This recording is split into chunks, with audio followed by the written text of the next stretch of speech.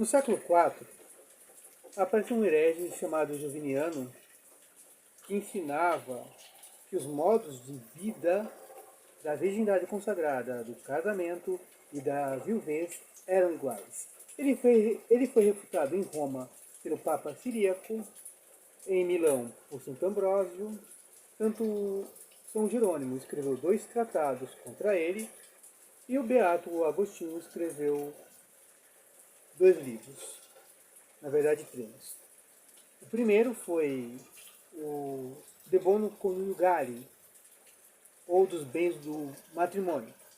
O segundo opúsculo foi o De Sancta Virginitate, ou a virgindade consagrada.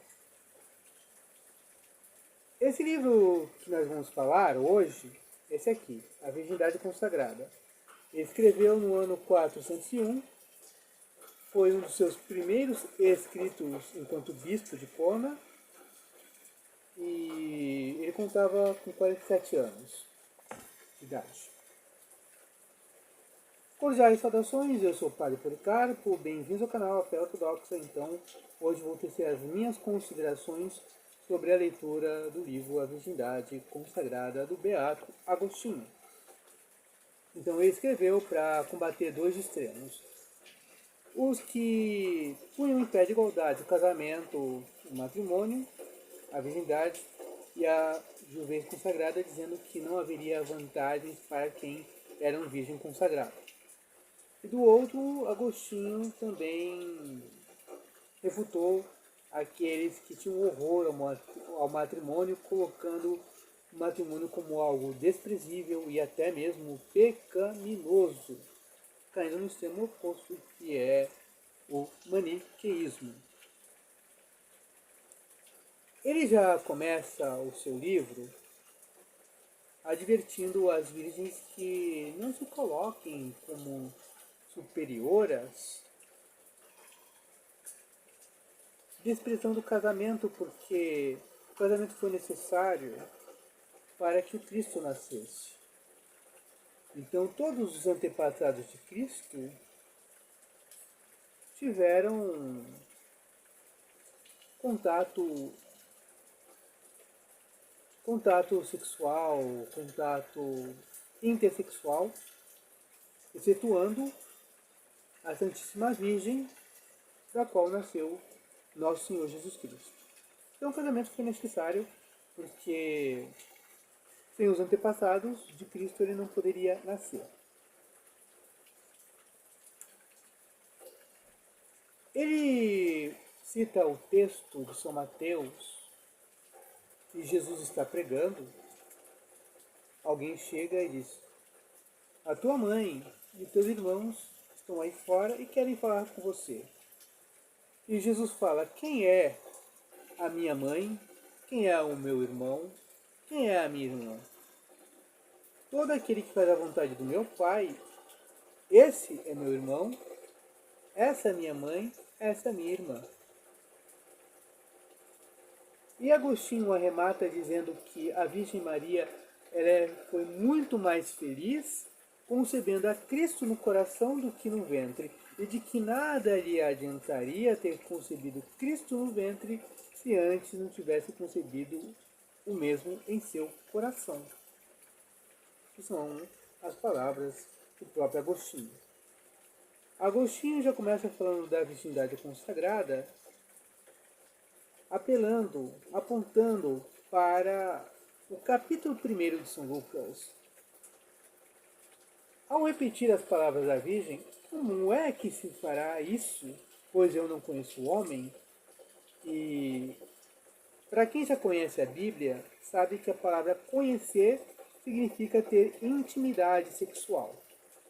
Conhecer na linguagem bíblica é ter intimidade sexual.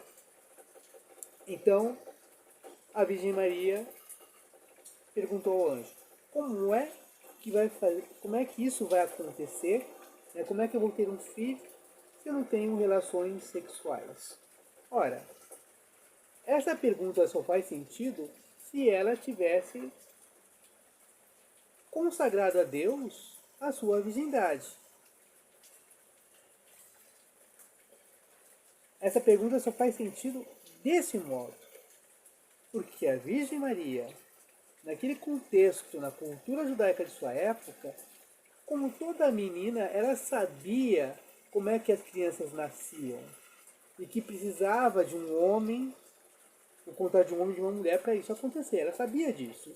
Então, como ela pergunta como é que vai se fazer isso? Ora, a única resposta plausível é que ela consagrou a sua virgindade a Deus e não pretendia desfazer dela, e por isso que Deus a premiou fazendo mãe e virgem, concebendo sem que rompesse a sua virgindade, e o Cristo nascendo dela sem que sua virgindade fosse rompida. E São José a protegeu da difamação humana e respeitou a sua decisão de permanecer virgem. E ele continua dizendo que a igreja, do mesmo modo que a Virgem Maria, ela é virgem e mãe. Não totalmente na carne, ela é virgem, né? Apenas da igreja, os virgens consagrados são virgens, mas a igreja é um corpo. Então na carne ela não é toda virgem, mas no espírito ela é toda virgem. Por quê? Agostinho pergunta, por que defenderíamos a integridade da igreja, a integridade doutrinária da igreja? Por que defenderíamos a revelação divina se a igreja não fosse virgem? Ou seja, integridade é virgindade. Então, por que defenderíamos a integridade da igreja se a igreja não fosse virgem? E ela é mãe porque ela gera filhos para Deus através do santo batismo. Então a igreja é um espelho da Virgem Maria, que concebeu virgem e mãe. A igreja é virgem e mãe. Ela sendo virgem, concebe, ela é virgem e mãe, como a Virgem Maria, mãe de Deus. Algumas mulheres teriam argumentado, Agostinho coloca essas palavras, que as virgens elas são iguais às virgens, porque do mesmo modo que Maria concebeu virgem, ela deu à luz um filho. Elas também dão, elas embora não tendo a virgindade das virgens consagradas, elas também concebem filhos. Mas Agostinho diz que esse argumento não é bom porque a Virgem Maria de fato concebeu sendo virgem, mas ela concebeu o Cristo. Ao passo que as outras mulheres, ainda que sejam casadas na igreja, pelo santo matrimônio, elas concebem Adão, elas concebem homens pecadores, mulheres pecadoras. Todo bebê é um pecador. Então elas não concebem o Cristo. Essas crianças só vão ser filhas de Deus quando forem batizadas. Então não faz sentido esse argumento dizer que o matrimônio é igual à virgindade consagrada. Agostinho, ele vai fazer uns discursos pelo capítulo 7 da primeira carta aos Coríntios, que fala da virgindade. Então ele vai explicar ali o que São Paulo quis dizer, porque ambos os lados, ambas as extremidades, aqueles que colocavam em pé de igualdade o casamento e a virgindade consagrada, e aqueles que olhavam o casamento com desprezo. Então Agostinho vai usar São Paulo, o texto paulino, para desbaratar ambas as teorias, ambas heresias, ambos exageros. E ele vai dizer assim que o homem que está casado não se separe de sua mulher. Aquele que casa a sua filha virgem não peca. Então, Agostinho fala, aquele que é casado não se separe de sua mulher. E continua. Mas aquele que casa sua filha virgem não peca, ou seja, não peca aquele que faz sua filha casar virgem. Mas Agostinho nada fala daquele homem que quer separar sua mulher, ou que se permaneça casado. Ele diz, aquele que separa não comete pecado. Isso ele não diz. Então, não peca quem casa. Isso já destrói o argumento daqueles que dizem que o casamento é mau. E citando o apóstolo Paulo, Agostinho ainda diz, citando o apóstolo Paulo, ele ainda diz: casar é bom, não casar é melhor. Isso mostra que para algo ser melhor, a outra coisa não precisa ser ruim. Por quê? Se a virgindade fosse algo imposto, não haveria mérito. Não haveria mérito nenhum de você consagrar sua virgindade a Deus. Não haveria louvor. Então, a partir do momento que existe o melhor, a outra coisa não precisa ser ruim. Porque se é melhor é porque existe algo bom. É inferior, mas é bom, não é ruim. Essa é a lógica que Agostinho explica na carta do apóstolo Paulo. Que as pessoas, algumas da sua época, não entenderam lendo a carta. Muito bom, muito bem. E ele diz também contra os seguidores de Juviniano, que dizem que o casamento e a virgindade consagrada são iguais, não há vantagem. Ele refuta dizendo que eles pegavam o texto de São Paulo, dizendo assim, que os virgens só têm vantagem temporal, porque eles não têm filho, então eles podem se dedicar ao Senhor, mas é uma vantagem puramente temporal. Já que o apóstolo falou que eu não quisera que os casados passassem por tribulações, São Paulo fala que os casados passam por tribulações na carne. Então, os juvinianos argumentavam que essas tribulações não passam os virgens e as virgens, porque não são casados. Então, essa é a única vantagem que eles têm.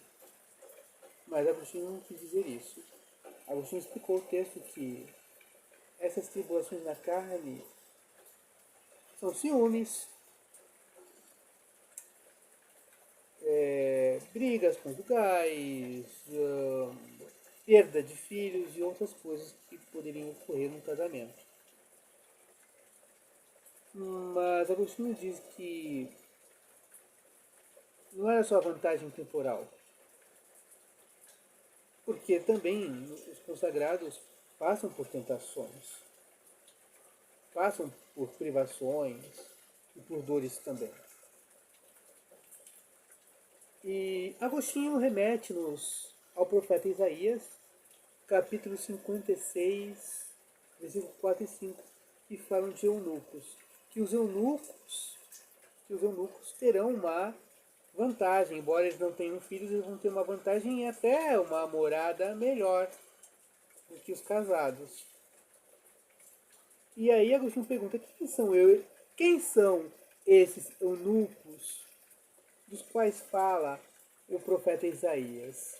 Não poderia ser ali do povo de Israel, porque ali não tinha eunucos.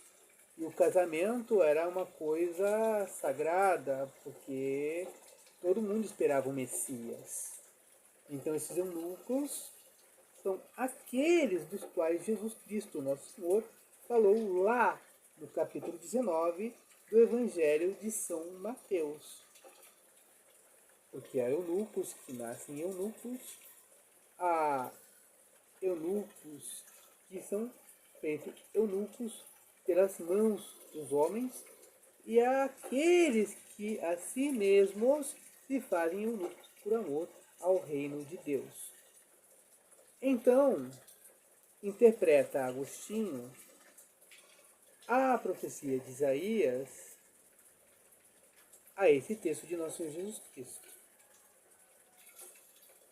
dizendo que não, mas a vantagem é apenas temporal. Agostinho mostra que não, porque no texto de Isaías diz que os eunucos vão ter um nome eterno que jamais há de perecer.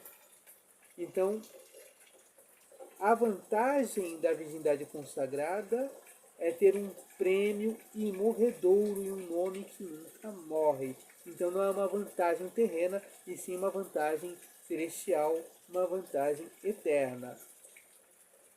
E para aqueles que dizem que com esse texto apenas os eunucos são beneficiados, falando da virgindade consagrada, e que os outros não são beneficiados, porque o casamento é uma coisa horrenda, Agostinho mostra um texto que os eunucos vão ter uma morada melhor.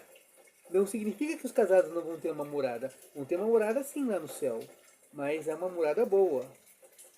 Uma morada boa, santa. Não igual ao dos virgens consagrados, que se dedicaram totalmente a Deus. Porque no céu há muitas estrelas. E falando dos trabalhadores, do denário, que cada um recebeu um denário, tanto aqueles que trabalham desde o começo e aqueles que trabalham apenas no fim da tarde, todo mundo recebeu um denário. Agostinho fala, né, dessa parábola.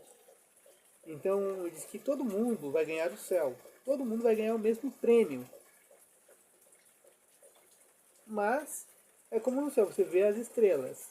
Ele vai dizer, citando Paulo, um é o brilho do sol, o outro da lua e o outro é o brilho das estrelas. Então, você olha à noite o céu estrelado, uma estrela brilha mais do que a outra. E assim vai ser o céu. Alguns santos vão brilhar mais e outros vão ter um brilho mais ofuscado, mas todos vão brilhar, todos vão receber a glória de Deus. E assim também será na ressurreição, segundo o texto do apóstolo Paulo que ele cita. Tá? Então ele mostra a superioridade sim da virgindade consagrada. Mas, lembrando que a virgindade só tem esse valor porque ela é consagrada a Deus, nosso Senhor. E aí Agostinho diz que os virgens vão acompanhar o Cordeiro por onde quer que ele vá, fazendo referência ao Apocalipse 14, que fala que o Cordeiro vai ser acompanhado apenas por virgens. Então, onde quer que ele vá, todos os virgens irão com ele e cantarão um hino para o Cordeiro. Isso não significa que os outros não acompanhem a Cristo, acompanham a Cristo, mas até onde eles podem ir. E acompanhar o Cristo significa imitá-lo perfeitamente. Imitá-lo perfeitamente é ser virgem, é ser eunuco por amor ao reino de Deus. Tá? Então, Agostinho faz todo esse discurso mostrando que a virgindade ela é superior, mas o casamento, o santo matrimônio, ele não é desprezível. Ele não é desprezível. Tá? Então, um casado, uma casada, ela pode ser santa. Pode ser santa, pode acompanhar o Cristo da sua forma. De casada, ela pode acompanhar o Cristo. E o casado também, até onde ele conseguir ir. Mas só o virgem vai acompanhar o Cristo por onde quer que ele vá. Bom, essa é a primeira parte do livro, tá? Então, é uma parte muito instrutiva. Recomendo para quem quiser ler, tá? Essa edição que eu tenho já está esgotada. Mas tem a edição da Paulus, da coleção patrística, que carrega os outros livros juntamente com esse. Bom, agora já a segunda parte, ele vai falar da humildade, tá? Ele vai falar da humildade. Então ele vai falando de nada adianta a virgindade sem a humildade. E ele cita o eclesiástico,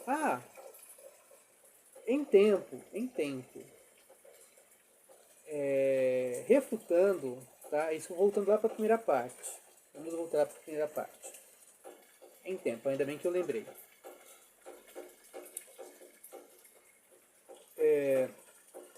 para aqueles que condenam o casamento como mal, ele cita o episódio de Susana. E ele cita, muito interessante isso, ele cita o episódio de Susana, que está no livro de Daniel. Mas esse trecho de Susana é um deuterocanônico. Os protestantes chamam esse trecho de apócrifo. Agostinho diz que esse livro é inspirado por Deus.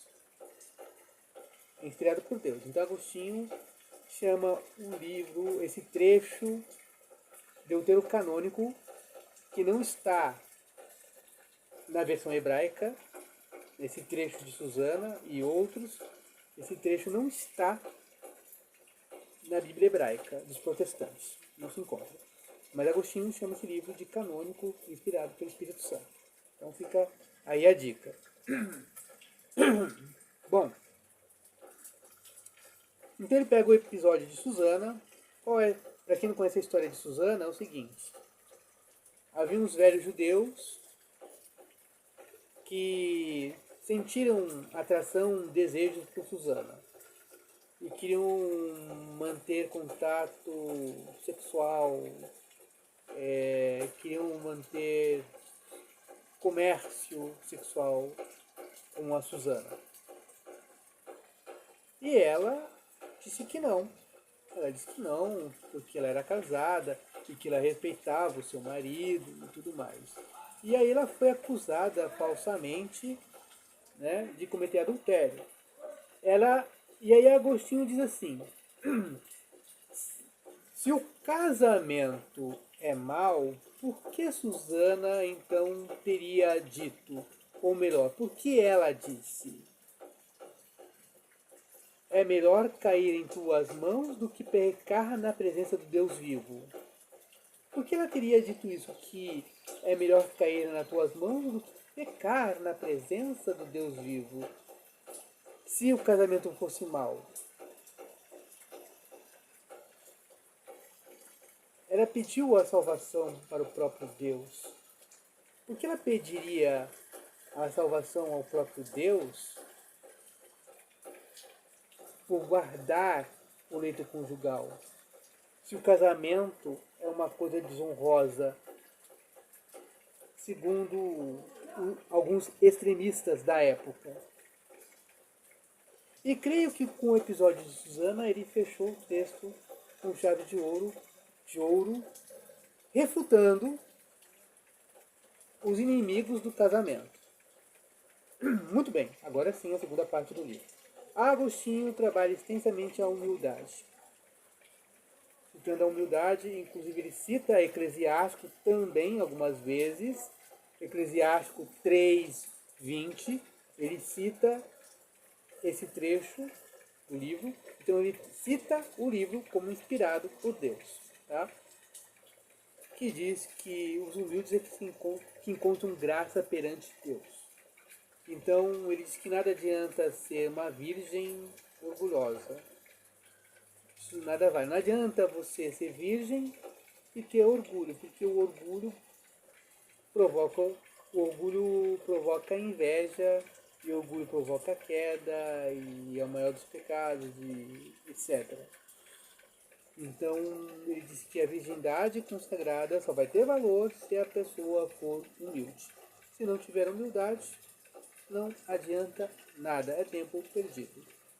E aí ele vai dar alguns exemplos de humildade. Vai falar do centurião que procurou Jesus e disse, eu não sou digno que entreis em minha morada, mas dizei uma palavra e meu servo será curado. Da mulher pecadora que chorou sobre os seus pés. De Zaqueu,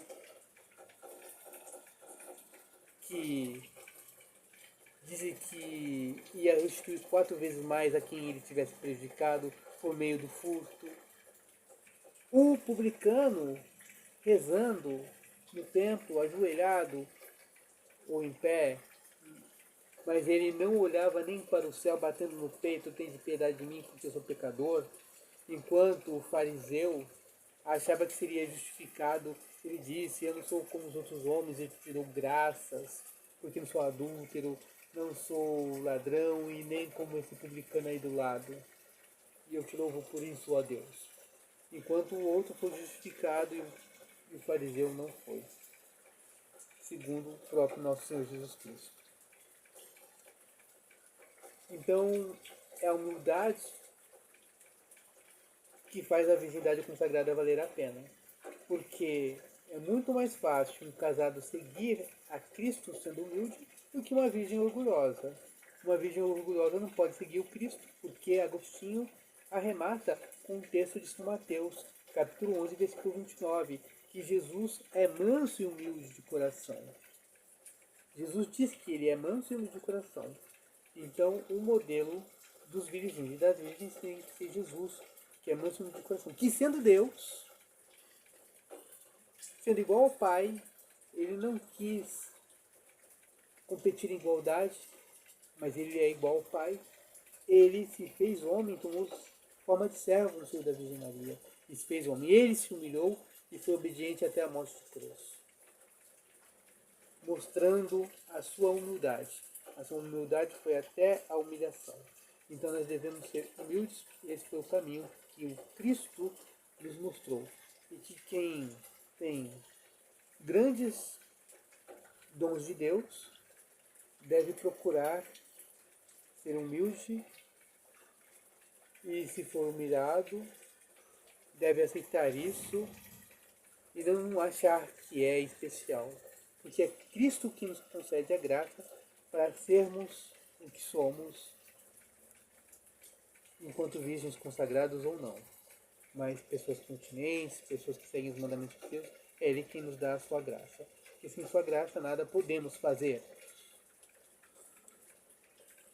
E, basicamente, a segunda parte do livro é apenas uma aula sobre como ser humilde.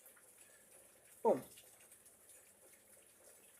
essas são as minhas reflexões sobre o livro A Virgindade Consagrada. Vale muito a pena. É um livro, como eu já tinha dito, fácil de se ler. Vale muito a pena. Fico por aqui. Obrigado por você ter me acompanhado. E até o próximo vídeo, se o bom Deus assim o permitir. Curta, comente e compartilhe se aparecer o hype, dê o hype para que esse vídeo possa ser distribuído para mais pessoas. E que Deus abençoe a todos vocês. O Pai, o Filho e o Espírito Santo, Trindade consubstancial e indivisível. Amém.